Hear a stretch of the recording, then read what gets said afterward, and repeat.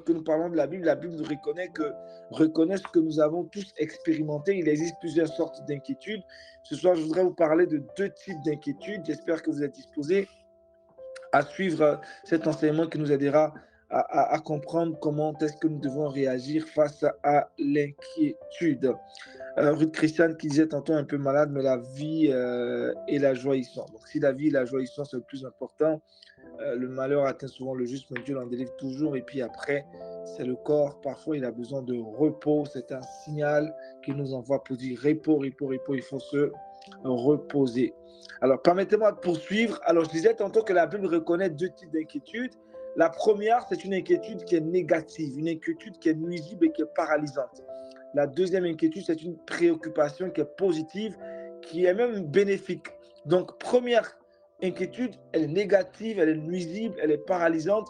Deuxième inquiétude, c'est une préoccupation qui est positive, qui est bénéfique. Donc, le même mot grec qui est merimnao est utilisé dans le Nouveau Testament pour les deux. Donc, quand on lit la Bible en grec, ce même mot-là a été utilisé pour désigner ces 2 sortes d'inquiétude. Je me permets d'écrire ce mot-là grec pour votre culture générale dans la Bible. Merimnao, qui signifie inquiétude, préoccupation, mais négative comme positive. Donc, l'inquiétude négative dans la Bible est donc une anxiété qui concentre nos pensées soit sur des préoccupations au sujet desquelles nous ne pouvons rien faire, ou soit sur des questions qui nous empêchent de nous reposer sur la capacité de Dieu de répondre à nos besoins. Jésus parle de ce genre de soucis à 6 reprises dans son sermon sur la montagne, dans le chapitre 6 de Matthieu.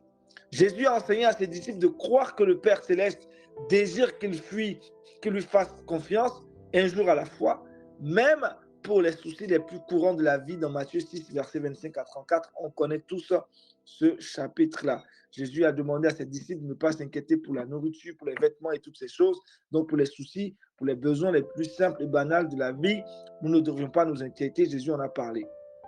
Néanmoins, lorsque nous regardons dans la Bible nous parle également de préoccupations saines qui se transforment en mesures concrètes et en prières. Dans 2 Corinthiens 11, 28, par exemple, Paul évoque les soucis que lui donnent toutes les églises. 2 Corinthiens 11, 28. Le mot traduit par souci dans ce passage est le même mot grec que lui et les autres rédacteurs du Nouveau Testament ont utilisé pour mettre en garde contre l'anxiété autodestructrice. Donc, je parle du terme merimnao. Donc, dans Philippiens 4, 6, dans 1 Pierre 5, 7, l'apôtre Paul a justement parlé, ne vous inquiétez de rien, mais en toutes circonstances. Dans 1 Pierre 5, 7, il a demandé à ce qu'on puisse se décharger de tous nos soucis, donc à Jésus. Donc, Paul a fait part aux croyants de Philippe de son désir de leur envoyer Timothée parce qu'il était préoccupé par leur bien-être. Philippiens 2, 19, 20. Donc, nous pouvons tirer profit de nos soucis en nous concentrant sur la façon dont nos soucis doivent être utilisés pour notre bénéfice. Donc, tout va dépendre de notre perspective de vue. Lorsque je traverse une circonstance ou une épreuve douloureuse, quel est le regard que j'ai de cette situation? Quelle est l'approche que je fais de cette situation? Donc, tout va dépendre de l'approche que nous avons de cette situation et du regard que nous avons de cette situation. La première des choses à faire, c'est que nous devons permettre à l'inquiétude d'orienter notre attention vers Dieu. Première attitude à avoir, lorsque je suis face à un souci, je suis face à une préoccupation, la première des choses à faire, il faut permettre à l'inquiétude d'orienter ton attention vers Dieu. Donc, lorsque nous nous inquiétons, nous nous concentrons sur des éventualités qui n'ont pas encore eu lieu ou qui se trouvent hors de notre contrôle. Imaginons, vous êtes étudiant, vous devriez présenter un concours ou passer un examen. Vous êtes inquiet parce que vous n'êtes pas certain de réussir, vous avez peur de tomber sur des épreuves qui sont difficiles. Donc, il y a cette inquiétude-là qui s'installe tout de suite.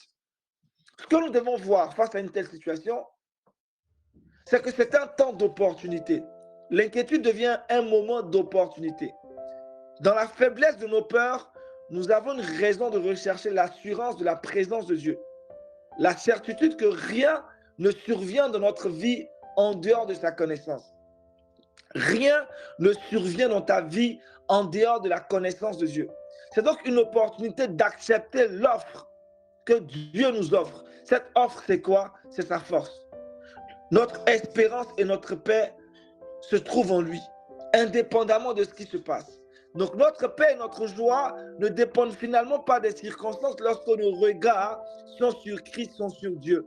Donc lorsque je me retrouve face à une situation, à un défi, à une inquiétude ou à un souci quelconque, à une préoccupation, je permets donc à mon attention d'aller vers Dieu.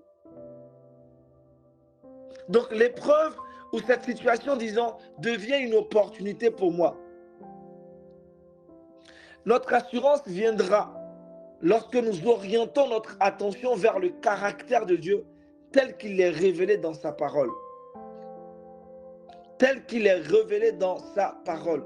Donc si je ne connais pas le caractère de Dieu, il me sera très difficile de garder confiance face à l'épreuve, dans l'épreuve ou face à une situation que le monde appellerait préoccupation, que nous-mêmes dans notre faiblesse appellerons inquiétude. Nous devons, dans une telle situation, nous rappeler que tout est sous contrôle. Oui, tout est sous le contrôle de Dieu. Tout est sous son contrôle. Tout est sous son contrôle. L'Ancien et le Nouveau Testament nous montrent que rien dans ce monde ne se passe en dehors de la connaissance et de la maîtrise de notre Dieu. Aussi l'Écriture déclare-t-elle, l'Éternel a établi son trône dans les cieux et son règne domine sur toutes choses. Psaume 103, verset 19. Dans le psaume 66, le verset 7, nous lisons, il domine éternellement par sa puissance. Il est le Seigneur souverain de tous. Donc, lorsque nous nous inquiétons, nous sommes effectivement en train de reconnaître que nous n'avons pas en nous la capacité suffisante pour répondre aux exigences de la vie. Nous sommes littéralement dépassés par les épreuves. Cette situation est plus grande que nous. Ce problème-là qui a tardé depuis de nombreuses années est plus grand que nous. Cette situation qui tend à s'étendre et à s'éterniser est plus grande que nous. Et dans un tel contexte, c'est le moment où jamais de se rappeler quelques vérités importantes au sujet de Dieu. Permettez-moi de vous rappeler assez brièvement des vérités sur notre papa. La première des vérités que je voudrais vous rappeler en cette soirée, c'est que notre Père est partout. Notre Père est partout. Et on peut le voir dans le psaume 139, les versets 7 à 12, dans Jérémie 23, les versets 23 et 24. On ne peut pas se retrouver dans un endroit où Dieu n'est pas. Il n'existe pas un seul endroit où Dieu n'est pas, indépendamment de la solitude que quelqu'un pourrait ressentir. Dieu est partout. Même quand quelqu'un pense être dans la solitude, cela n'efface pas la présence de Dieu. Cela n'occulte pas la présence de Dieu. Donc Dieu est partout, il est omniprésent. Peu importe où tu te retrouves, peu importe la circonstance. Et je voudrais te dire en même temps ce soir, peu importe comment a été l'année 2024, comment l'année est à cet instant, Dieu est partout et il te voit et il regarde ta situation. Deuxième vérité que je voudrais qu'on se rappelle de notre papa, c'est qu'il sait tout. Nous pouvons les lire dans Job 5, 20, dans Psaume 33, 13 à 14. Dieu sait combien nous avons peur. Il sait exactement ce que nous ressentons. Il sait ce qui nous effraie. Et plus nous sommes inquiets, plus nous agissons comme si Dieu était ignorant de notre situation. Tu ne connais pas l'avenir. Moi aussi, je ne connais pas l'avenir, contrairement à Dieu. Donc, les inquiétudes ne vont rien changer. Dieu connaît l'issue de chaque situation. Dieu connaît nos besoins mieux que nous-mêmes. Il sait absolument tout. Il est omniscient.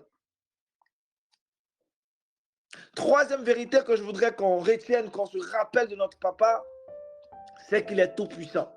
Dans Genèse 17, 1, 18, 14, Matthieu 19, 26, nous pouvons lire ces versets qui nous révèlent la toute-puissance de Dieu. Les gens inquiets ont l'impression que personne n'a le pouvoir d'empêcher les mauvaises choses d'arriver. Et puis selon ces personnes-là, même Dieu ne peut empêcher leur fille, par exemple pour un père, de tomber enceinte ou même qu'un fils ne puisse aller en prison. Pour ces personnes-là, ceux-là qui sont peut-être depuis de nombreuses années dans le célibat, à un moment donné, elles ne pensent même plus qu'elles vont se marier. Moi, je reçois des messages en inbox parfois qui sont dramatiques, des gens qui ne croient plus un seul instant que Dieu peut leur accorder la grâce du mariage. D'autres encore qui ont connu des relations douloureuses, elles ne pensent pas pouvoir être à la hauteur. Bref, c'est tellement de situations, de schémas différents et on a l'impression que ces personnes-là qui sont inquiètes et qui sont soucieuses pensent que leur situation est une situation impossible et que Dieu ne peut rien faire devant une telle situation. Pourtant, vous le savez, Dieu a une puissance illimitée. Dieu a également ses propres raisons qui sont issues de sa sagesse et de son omniscience. Et Dieu peut autoriser ce qu'il veut dans nos vies et ce qu'il ne veut pas dans nos vies. À la question qui a été posée dans Genèse 18, 14, y a-t-il rien qui soit étonnant de la part de l'Éternel? Genèse 18, 14, la réponse est effectivement non. Rien n'est étonnant de la part de l'Éternel. Rien n'est étonnant de la part de l'Éternel. Est-ce que tu peux écrire dans le clavardage? Rien n'est étonnant de la part de l'Éternel. En le disant, ça va t'emmener à comprendre et à prendre conscience que même ce que tu vis actuellement, la situation que tu vis actuellement n'étonne pas Dieu. Celle que tu vivras les années ou les mois à venir ne vont pas encore l'étonner. Rien n'est étonnant de la part de l'Éternel. Genèse 18, 14, tu peux écrire cela dans le clavardage. Rien n'est étonnant de la part de l'Éternel. Merci Ruth. Et tout le reste, nous pouvons écrire dans le clavardage cette déclaration qui montre que Dieu est tout-puissant. Lorsqu'on se rappelle ces vérités de Dieu, pour aller un peu plus loin, nous devons croire qu'il peut porter nos fardeaux. Les soucis de la vie qui pèsent sur nous si lourdement doivent être placés sur les épaules de Dieu. Tes épaules ne sont pas adaptées et appropriées pour porter ces fardeaux. Ce combat n'est pas ton combat. Arrête de te faire la pression pour absolument aucun résultat qui ne sera positif. Parce que ces résultats-là ne peuvent pas être positifs quand c'est nous qui menons le combat. Papa, quand tu parles de mettre invité à quel moment Dieu est plus soucieux que nous le sommes à l'égard de notre santé.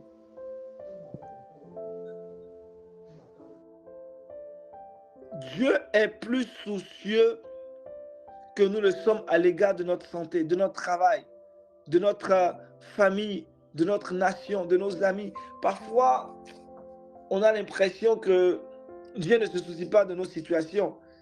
Et on se charge des situations que nous ne devons même pas nous charger. Et on se met une certaine pression qui nous rend malades, qui parfois même finit par déboucher sur la mort. Ne pense pas que Dieu, tu aimes plus que Dieu aime. Non, ne pense pas que tu aimes plus que Dieu aime. Ne pense pas que tu es plus soucieux de l'état actuel de ta famille que Dieu ne l'est. Ne pense pas que le fait que peut-être tu connais un ami qui ne connaît pas le Seigneur, c'est vrai, ça t'emmène à prier pour lui. Mais ne pense pas que Dieu est moins soucieux et que toi tu es plus soucieux que Dieu. Ne pense pas que tu as plus de compassion que Dieu. Non, c'est impossible. Donc Dieu est plus soucieux que nous le sommes à l'égard de tous les différents domaines, compartiments de notre vie. Le Dieu de la Bible a aidé David à tuer l'ours, à tuer le lion et à tuer le géant philistin. Il a protégé de la rage meurtrière de Saül. Dieu a gardé David en sécurité en territoire ennemi. Et David a dit une déclaration qui est tellement belle dans le psaume 55, le verset 23, « Remets ton sort à l'Éternel et il te soutiendra. » Quel est ton sort actuel? Quel est ton sort actuel? Quelle est cette situation actuelle qui te préoccupe? Ou qui préoccupe un membre de ta famille? Qui préoccupe un ami? La situation dans laquelle tu te retrouves n'est pas celle que tu te dois de porter. Ce que tu dois faire, toi, en tant qu'enfant, c'est de remettre ton sort à l'Éternel et il te soutiendra. Il ne laissera jamais chanceler le juste, comme David l'a dit dans le psaume 55, le verset 23. Tu dois donner ton fardeau à Dieu. Tu dois placer tes fardeaux sur les épaules de Dieu. Mais comment peux-tu le faire? Comment peux-tu donner tes fardeaux à Dieu? Comment peux-tu placer tes fardeaux sur les épaules de Dieu et laisser Dieu contrôler la situation? La réponse à ces questions ne réside pas dans ce que nous faisons, mais dans ce que nous croyons. Est-ce que tu fais plus confiance à tes sentiments ou tu crois plutôt qu'en te basant sur ce que tu vois dans le monde et sur la sagesse de la Bible, que ton amant qui n'est autre que Dieu est un Dieu tout-puissant qui est digne de confiance? Crois-tu vraiment que l'inquiétude est la meilleure façon de rendre hommage à Jésus-Christ? Crois-tu vraiment ou réellement que le fait de laisser Dieu se charger de tes soucis à chaque moment est la meilleure façon de lui faire confiance? Oui, c'est la meilleure façon de faire confiance à Dieu. Parfois, nos craintes sont enracinées dans nos expériences passées ou un état de santé dépassant notre capacité de compréhension, de contrôle. La réponse que nous donnons à ces situations n'a pas besoin d'être contraire à notre foi. Le Dieu de la Bible est le Dieu de toute création et rien ne l'empêche d'utiliser un sage conseiller ou un médecin ou un ami dans le cadre de l'appui qu'il nous offre, alors qu'il nous enseigne à avoir confiance en lui au milieu de nos épreuves. Dieu te lance un appel ce soir. Il ne faudrait pas que tu tombes dans l'inquiétude pendant que tu es en train de faire ton bilan. Et s'il y a quelqu'un qui devrait se faire des observations, ça ne sera pas Dieu. Dieu n'est jamais le fautif dans ce qui nous arrive. Hein. Dieu n'est pas un fautif. Quand tu fais le bilan de fin d'année de ta vie, là, Dieu n'est pas le fautif. S'il y a quelqu'un à remettre en cause, en question, c'est bien toi, mais ça ne sera jamais Dieu. Non, non, non. Je reprends. Ça ne sera jamais Dieu le fautif. Jamais. Papa God a toujours été responsable. Il faut se poser les bonnes questions. Est-ce que j'ai réellement fait ce qu'il attendait de moi? Est-ce que je me suis réellement abandonné à lui? Est-ce que je me suis confié, je me suis fié à sa sagesse dans tout ce que je faisais? C'est là qu'on retrouvera, on aura les vraies réponses à nos questions. Mais accuser Dieu de ce qui nous arrive, accuser Dieu de nos préoccupations, de nos soucis, de nos malheurs, en fait, en réalité, c'est encore augmenter nos problèmes. Le psaume 37,5, David dit: recommande ton sort à l'Éternel, mets en lui ta confiance et il agira. As-tu recommandé ton sort à l'Éternel? As-tu mis en Dieu ta confiance? Si oui, c'est qu'il va agir et c'est qu'il a déjà agi. Autre attitude à faire, c'est d'admettre qu'il est plus grand que nos craintes. L'inquiétude est, vous savez, la façon dont nous exprimons notre peur de l'avenir. Nous avons peur des conséquences de ce qui nous attend, de ce qui pourrait arriver dans les mois à venir, de comment est-ce que l'année 2025 pourrait être.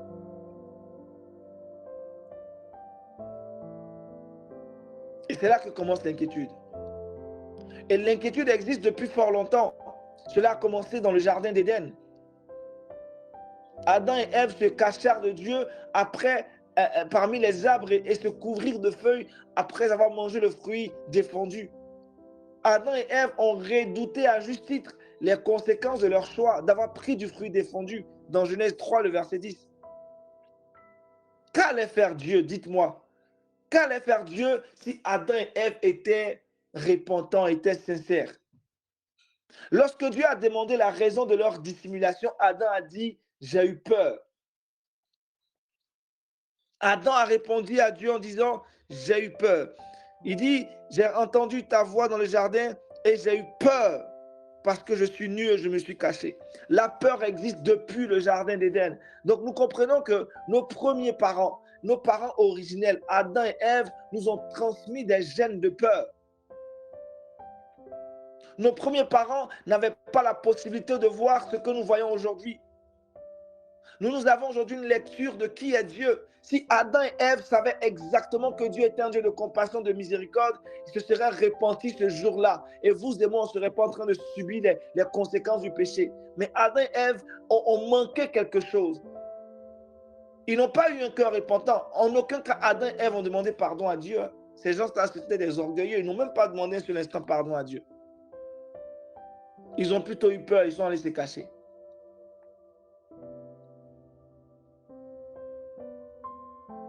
Dieu est un Dieu d'amour.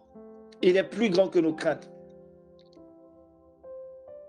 Si Adam et Ève, écoutez les amis, avaient admis leur erreur et s'en étaient remis à la miséricorde de leur bon Dieu, du bon Dieu que nous servons, connaissant le papa que je sers, compatissant et plein de bonté, il aurait une meilleure réaction. Et Adam et Ève ne se seraient même pas inquiétés. Ils ne se seraient même pas cachés de la présence de Dieu. Pour toi et moi qui savons que Dieu est un Dieu bon, que rien de mal ne peut provenir de lui, cela nous aide à chasser la crainte, même lorsque nous avons péché. Et David connaissait la bonté et l'amour de Dieu par expérience. C'est pourquoi il pouvait dire que même quand il se trouvait dans les plus sombres vallées de la vie, il ne craignait aucun mal. Psaume 23, verset 4. Vous comprenez pourquoi David était l'homme selon le cœur de l'Éternel? Il avait une certaine intimité qui l'emmenait à comprendre et à savoir qui était son Père. Dans le psaume 31, David écrit à propos des expériences douloureuses de la vie, à savoir le fait d'être abandonné par ses amis, attaqué par ses ennemis. Pourtant, David pouvait dire, mais en toi, je me confie au Éternel. David a traversé des moments difficiles alors qu'il était appelé à être roi. Quand vous lisez le psaume 63, il était appelé à être roi, mais David était dans un désert, en train de fuir Saül. Même dans toutes ces circonstances, il continuait de bénir encore l'Éternel. Au verset 16 du chapitre 31, David dit, mes destinées sont dans ta main. Alors qu'il était abandonné par sa famille, alors qu'il était pourchassé par ses ennemis, alors que ses amis l'avaient totalement délaissé, David a dit de Dieu, mes destinées sont dans ta main. Nous pouvons également utiliser l'inquiétude comme une occasion de trouver en Dieu la raison de dire, c'est pourquoi nous sommes sans crainte. Psaume 46, verset 3. L'inquiétude devient un moyen, une opportunité pour nous d'aller vers Dieu. Autre point à retenir, nous devons croire que Dieu peut nous soutenir. Tandis que David écrivait à propos de la guerre, de la famine et des hommes méchants, David a dit que ceux qui placent leur confiance en Dieu sont rassasiés. Psaume 37, verset 19. Être rassasié veut dire simplement qu'on n'est pas confondu ou ébranlé. En dépit des préoccupations légitimes de la vie, nous ne devons pas avoir peur.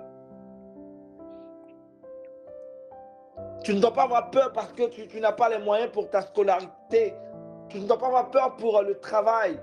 T'inquiéter parce que tu n'as pas un emploi. Tu ne dois pas avoir peur parce que tu n'es pas encore marié. Tu ne dois pas avoir peur parce que tu n'as pas encore d'enfant. Tu ne dois pas avoir peur parce que tu n'as pas encore tes papiers, tes documents pour voyager. Non, la peur ne doit pas faire partie de notre langage. Pourquoi? Parce que Dieu, notre Papa, celui que nous appelons Abba Père, a la capacité de nous soutenir par sa puissance. Et lorsque nous nous sentons vulnérables, nous commençons à être distraits par des préoccupations qui pèsent sur nos esprits. Les amis, Dieu peut être notre soutien durant les temps d'inquiétude. Non pas en nous promettant que rien de mauvais n'arrivera, mais en nous rappelant que nous sommes faits pour lui faire confiance en veille contre tout. Dans un monde déchu, nous n'avons aucune garantie, mis à part le fait que Dieu est digne de confiance et qu'il désire nous voir puiser à la source profonde de son amour et de sa grâce dans toute situation donnée ou permise. Dieu a disposé, il dispose de tout pour que nous puissions aller puiser dans la source profonde de son amour et de sa grâce. C'est pourquoi David a dit, rejette ton fardeau sur l'Éternel et il te soutiendra, dans le psaume 55, le verset 23. Le Dieu qui ne peut être ébranlé, qui est notre Père, veut que nous sachions que dans notre bonheur, nos préoccupations et notre tristesse, il est avec nous. Dieu est avec toi en toutes circonstances. Et Dieu peut être la force dont tu as besoin pour atteindre tes objectifs permanents, de le connaître et de lui faire entièrement confiance. Arrêtons de nous inquiéter. Arrêtons de pleurer, de pleurnicher, parce qu'aussi longtemps qu'on pleure, la situation ne changera pas. Et puis le dernier point que j'aborde pour finir ici, si certaines personnes ont des questions, elles pourront vraiment les partager avec nous. On tentera de répondre à ces questions. Il faut compter sur Dieu car jamais il ne nous laissera ni ne nous abandonnera. En tout cas, ce temps d'éveil de ce lundi, c'est un temps pour booster encore ta foi. L'inquiétude est souvent un fardeau solitaire. Nous avons tendance à le porter seul. Et plus nous sommes inquiets, plus nous nous sentons seuls et démunis. Mais si nous sommes enfants de Dieu, écoutez, nous ne sommes jamais en dehors du champ de vision de notre Père qui est vigilant. David nous a également assuré de la présence de Dieu dans le psaume 139, où David dit que Dieu savait tout sur lui avant même qu'il soit né. Et c'est aussi le cas pour toi. David disait qu'il ne pourrait jamais échapper à l'Esprit de Dieu. Qu'est-ce que Dieu ne sait pas de toi? Même tes secrets les plus cachés, Dieu le sait. David disait que ce soit le matin ou le soir, sur terre ou en mer, au ciel ou au séjour des morts, Dieu était conscient de là où il était, il pouvait le retrouver. Oui, David connaissait l'assistance omniprésente de Dieu. C'est pourquoi il a écrit « Car mon père et ma mère m'abandonnent, mais l'Éternel me recueillera. » Oh, il a dit dans le psaume 27, le verset 10, « Si son père et sa mère l'abandonnent, l'Éternel le recueillera. » Qui parmi nous, étant enfant, a été abandonné par ses parents? Je voudrais ce soir te dire que même si tes parents t'ont abandonné, Abba Père, notre papa qui est responsable, jamais ne t'a abandonné. Raison pour laquelle, malgré toutes les épreuves que tu as pu rencontrer dans ton parcours de vie, tu es encore en vie et il y a encore de l'espérance pour toi parce qu'un chien vivant vaut mieux qu'un lion mort. Et si Dieu permet que tu sois encore en vie jusqu'à maintenant, c'est qu'il y a de l'espérance pour toi. Il n'a pas fini d'écrire l'histoire de ta vie. Oui, comme un chanteur ivoirien du nom de Shadrach Lomo chante, ton histoire n'a pas encore commencé. C'est maintenant même que ça commence. Dieu te fera voir de grandes choses. Tes amis t'ont peut-être abandonné, tu as été trahi à maintes reprises dans tes amitiés. Tu as tout donné, tu t'es ouvert. Et derrière, tu as été trahi, blessé. Laisse-moi te dire que papa te console et il restaure ta vie. Il fait de toi une personne extraordinaire et surtout, il devient pour toi le meilleur ami. Oui, c'est lui le meilleur ami, comme la chanteuse Rosny Kaiba a chanté cette chanson qui a fait le tour du monde, mon meilleur ami. Une chanson qui était empreinte de douleur. Elle donnait l'impression d'une personne qui traversait une dépression, alors que tout le monde l'a abandonné. Jésus n'a jamais été infidèle. Oui, je veux te faire comprendre et te faire accepter cette vérité qui est biblique et qui traverse les temps, les générations, les époques et qui jamais ne mourra parce que tout passera, mais la parole de Dieu est véridique. Jésus est fidèle et jamais ne t'abandonnera. Même si demain, tes amis t'abandonnent, sois rassuré, sois dans la paix, dans la joie, Jésus ne t'abandonnera pas. Peu importe les terribles situations que tu pourras rencontrer dans ta vie, Jésus est toujours fidèle. Même si tu es assailli de toutes parts par tes craintes, même si tu te sens littéralement impuissant et effrayé, dans ces moments-là, tu dois te rappeler la promesse de ton Père, qu'il ne t'abandonnera jamais. Rappelle-toi, ton papa te l'a dit, que jamais il ne t'abandonnera, jamais il ne te délaissera, parce que tu es son enfant. Et le prophète Ésaïe savait que Dieu prend toujours soin de ses enfants. Et le Seigneur a dit par son intermédiaire, dans Ésaïe 41, le verset 10, l'un de mes versets préférés, ne crains pas, car je suis avec toi. Ne promène pas des regards inquiets, car je suis ton Dieu. Voici ce message d'amour que Abba Père te transmet en cette soirée. Peu importe comment ton année 2024 se termine, crois-moi, Dieu n'a jamais fait les choses dans le but de te détruire. Même si tu ne comprends pas qu'est-ce qui t'est arrivé, comment est-ce que tu te retrouves dans une telle situation, le Seigneur t'interpelle ce soir et te dit encore, ne crains pas, car je suis avec toi. Ne promène pas des regards inquiets. Promener des regards d'inquiétude, des regards de préoccupation ne vient pas de Dieu. Il est avec toi. Et Moïse le savait également. Et il a dit, oui, c'est par la foi que Moïse a quitté l'Égypte sans être effrayé de la colère du roi. Je prie que tu ne sois point effrayé de la colère d'un patron. Je prie que tu ne sois point effrayé de la colère de quelqu'un. Oh oui, Moïse se montra ferme, comme voyant celui qui était invisible. Dans Hébreux 11, le verset 27. Et cette réalité a été la même pour Josué. Dieu a dit à Josué dans Josué 1,5, je serai avec toi, comme j'ai été avec Moïse. Je ne te délaisserai point, je ne t'abandonnerai point. Les disciples de Jésus le savaient aussi. Et voici ce que Jésus leur a dit juste avant son ascension. Je suis avec vous tous les jours jusqu'à la fin du monde. Matthieu 28, le verset 20. Et toi et moi, nous qui sommes connectés ce soir, nous le savons également. Si David le savait, si Ésaïe le savait, si Moïse le savait, si Josué le savait, si les disciples le savaient, toi et moi, nous le savons également. En donnant cette promesse à ses disciples, Jésus nous l'a aussi adressée en nous disant, et de façon personnelle, je suis avec vous tous les jours jusqu'à la fin du monde. Je suis avec toi jusqu'à la fin du monde, Anne. Je suis avec toi jusqu'à la fin du monde, Karine. Je suis avec toi, Elena. Je suis avec toi, Wiwi. Je suis avec toi, Ruth Christiane, Mérim, Sephora, Morissette, Gaël, Call Me Favor, James, Joël Massamba, la VIP de Happy Young. À chacun d'entre nous, Dieu, par l'entremise de son Fils Jésus-Christ, nous l'a dit, oh, je suis avec vous jusqu'à la fin du monde. Et ce n'est pas un homme qui a parlé pour qu'il se démente après. C'est le Dieu vivant qui a parlé. Alors la prochaine fois que tu commences à être envahi par l'inquiétude, je voudrais t'inviter à faire une chose. La prochaine fois que tu commences à être assailli par des soucis de finances, d'avenir, de famille, je voudrais t'inviter à faire une chose. Tourne-toi vers ton papa. Tourne-toi vers ton papa et rappelle-toi ces 5 choses. 1, qu'il est au contrôle de tout. 2, qu'il peut porter tes fardeaux et il veut les porter. 3, il veut chasser toutes tes craintes. 4, il veut t'assister. Et 5, il ne t'abandonnera jamais. Oui, prochainement, si tu es en face d'une situation d'inquiétude, rappelle-toi ces vérités-là. Jamais ton papa ne t'abandonnera.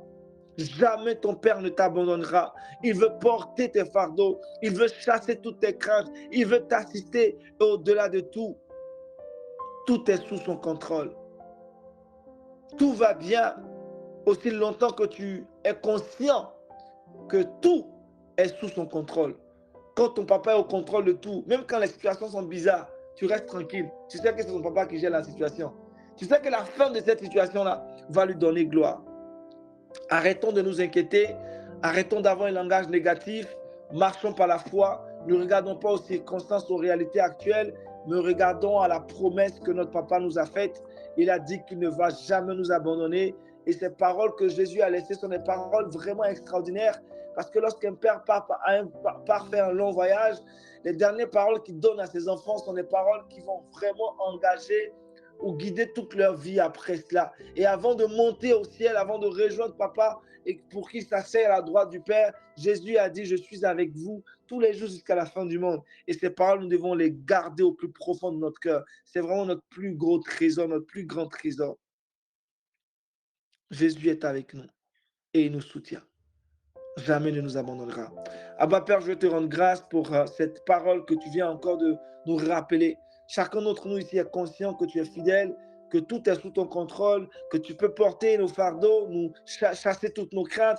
Tu es prêt à nous assister et jamais tu ne nous abandonneras. Mais lorsque nous traversons parfois des moments difficiles, nous oublions toutes ces vérités. Je prie que ces paroles soient ancrées dans nos cœurs. Comme j'adore et j'aime bien ce verset d'Ésaïe 41, le verset 10 qui nous dit « Ne crains point, oui, ne crains point, je suis avec toi. Ne promène point des regards inquiets. » Cette parole est tellement belle et tellement forte. Et c'est à chacun d'entre nous que tu as adressé ces paroles-là. Je prie que ces paroles demeurent dans le cœur d'un frère et d'une sœur et que jamais la crainte ne gagne son cœur. Oui, car elle reconnaît dans son cœur que tu es avec elle, que tu es avec lui. Oui, nous ne promenons pas des regards inquiets car tu es notre Dieu. Je déclare que la paix maintenant, la joie, la tranquillité est notre partage. Là où Jésus-Christ, l'inquiétude a voulu gagner notre cœur en ce début du mois de décembre, je chasse maintenant toute atmosphère d'inquiétude. La joie, Christ prend place. La tristesse est remplacée par l'allégresse. La peur est remplacée par la confiance. Et Père, tout ce qui n'est pas de toi, tout ce qui est étranger, intrus en nous, est totalement dispersé. Et nous gagnons, Père éternel, ton amour. Nous gagnons ta Père Christ au travers de cette source profonde vers laquelle nous allons nous réfugier et trouver le repos. Père, merci pour ta grâce, car tu nous visites, tu visites nos cœurs. Père, la paix n'est pas l'absence de guerre. Même dans la guerre, on peut avoir la paix. C'est-à-dire qu'en réalité, la vraie paix, c'est la présence de Jésus. Et toute guerre, c'est l'absence de Jésus. Donc aussi longtemps que tu es dans nos cœurs, tu es dans nos vies, peu importe, nous sommes en paix. Que toute la gloire et l'honneur te reviennent. C'est au nom suprême de Jésus-Christ que j'ai prié. Amen, amen et amen. La paix du Christ est ton partage. Les inquiétudes sont loin de toi. Ta vie est remplie de joie. Ce mois de décembre est un mois de paix. Ne t'inquiète de rien, s'il te plaît. On a parlé de cela pendant ces quelques minutes. Je prie vraiment que tu gardes ces paroles-là jalousement dans ton cœur. Ne permets pas à d'autres pensées négatives de venir te voler ces paroles qui sont si précieuses.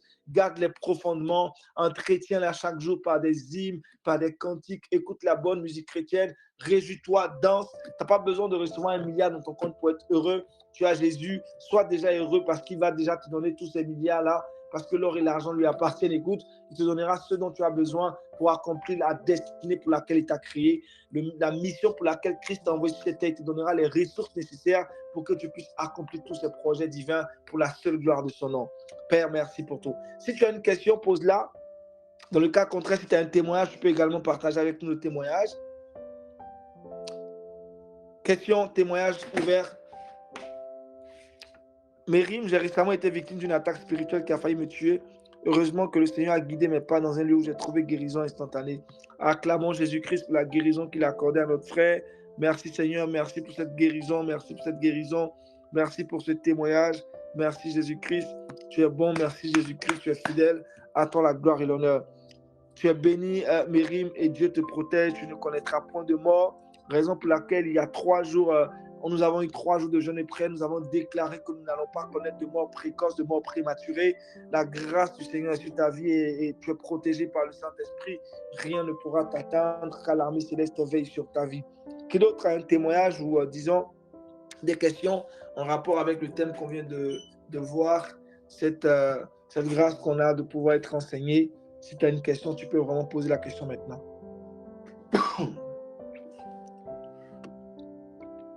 S'il n'y a pas de questions, je vais permettre au service communication.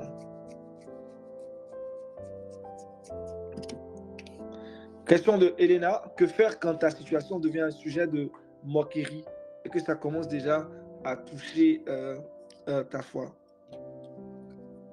Si ta situation devient un sujet de moquerie, c'est que tu n'es pas du tout loin de ta délivrance, de ton miracle. Un jour, mon papa m'a dit, Aniel, tant que le fil n'est pas tendu, il ne va pas se rompre. La situation doit être très dure. Plus la situation est dure, c'est qu'elle va vers la fin.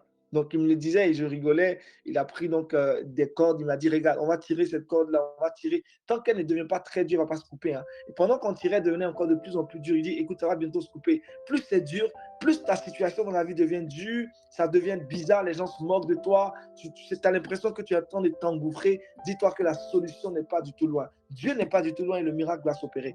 Donc, quand ta situation devient un sujet de moquerie, attends-toi toujours à Dieu. Faudrait surtout protéger ta foi. C'est vraiment la chose la plus précieuse à protéger. Tant que ta foi n'est pas atteinte, le miracle va s'opérer le plus tôt possible.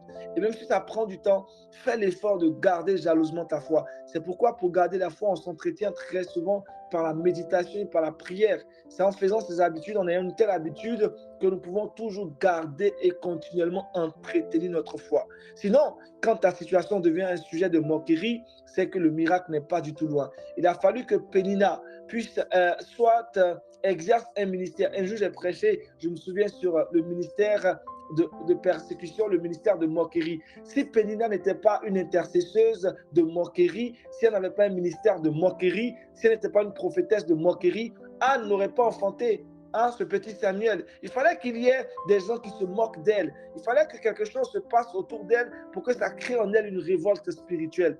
Donc, quand les gens vont se moquer de toi, ça va intensifier tes temps de prière, ça va intensifier tes temps d'intercession. Tu vas aller dans ton intimité avec papa, comme David le faisait. Il glorifiait Dieu, ne se plaignait pas, n'était pas frustré, mais il disait à Dieu, je reste dans ton sanctuaire parce que je veux voir ta gloire. Il était passionné de voir la gloire de Dieu. Laissez-moi vous dire en réalité que là où est ta passion, oh, c'est extraordinaire. Tu récolteras en fonction de ta passion. Donc, si ta passion n'est pas de voir la gloire de Dieu, tu ne verras pas grande chose. Notre portion est relative à notre passion. Notre portion est relative à notre attention. Donc, si nous sommes attentionnés de Dieu, nous avons nos regards fixés sur Dieu, c'est sûr que ça donnera un résultat qui donnera gloire à son nom. Donc, même si tu es moqué, même si la situation devient bizarre comme un peu Lazare, les gens disaient en réalité, n'est-ce pas Jésus l'ami de Lazare, lui qui fait des miracles, il a laissé son ami mourir. C'était une sorte de moquerie, de raillerie de Marie et Marthe. Mais Jésus est venu et Lazare est ressorti vivant. du tombeau. Il est sorti vivant du tombeau. Donc, écoutez, les amis, même si la situation devient très difficile, terrible, dis-toi que le miracle n'est pas du tout loin. Ruth Christiane, question de Ruth, je réponds. Quelle attitude devons-nous avoir quand on sait que nous avons péché? Papa prend toujours prend soin de nous, mais c'est simple. La démarche est simple. Papa n'est pas fâché contre toi même quand tu pêches. Dieu n'est pas un Dieu qui se fâche contre nous quand on pêche, sauf qu'on se prive de sa grâce à cause du péché. Parce que Dieu est un Dieu de principe. Ça dit quoi? Il a établi ses principes et dans ce principe-là, quand tu pêches, tu deviens sale, tu as du mal toi-même à te retrouver dans la présence de Dieu. Mais Dieu n'est pas fâché contre toi. Il veut que tu viennes à lui.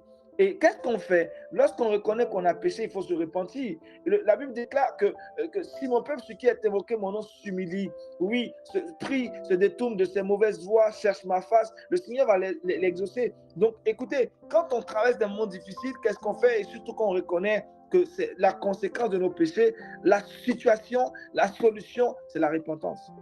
Et lorsqu'on se répand d'un cœur sincère, que notre cœur est réellement repentant, Dieu nous fait la grâce de pouvoir tout de suite obtenir sa faveur et il restaure notre vie. Donc, il faut se repentir et il faut aller vers Dieu. Comme l'enfant prodigue, il faut revenir à la maison.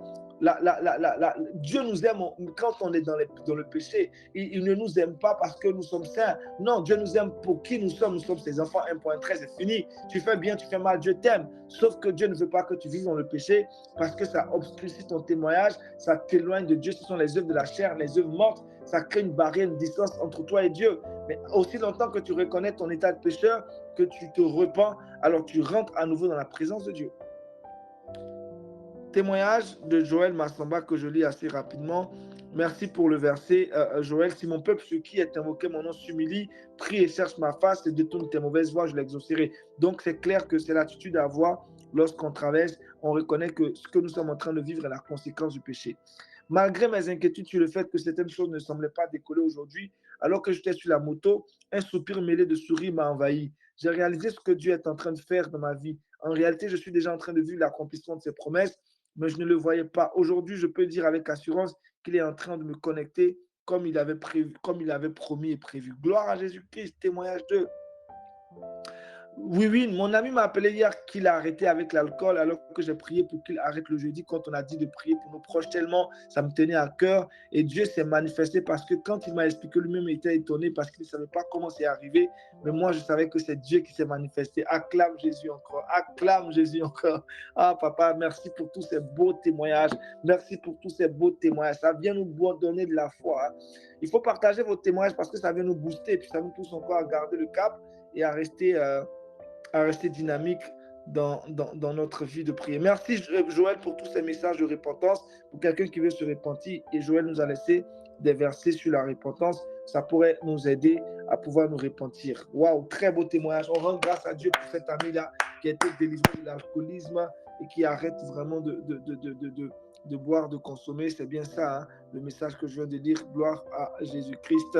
C'est tellement merveilleux. Merci Seigneur pour ta bonté, ta fidélité. Dieu entend, il écoute nos prières, il est souverain et il répond quand il veut, comme il veut. Et c'est une très, très bonne nouvelle. Alors, je permets au service de la communication, James, de nous partager rapidement les informations et pour qu'on soit dans le temps pour finir. Donc, James, je vous laisse le temps. Il n'y a plus de témoignages, il n'y a plus de questions. On va laisser le service de pouvoir nous partager les informations assez brièvement. Allez-y, James.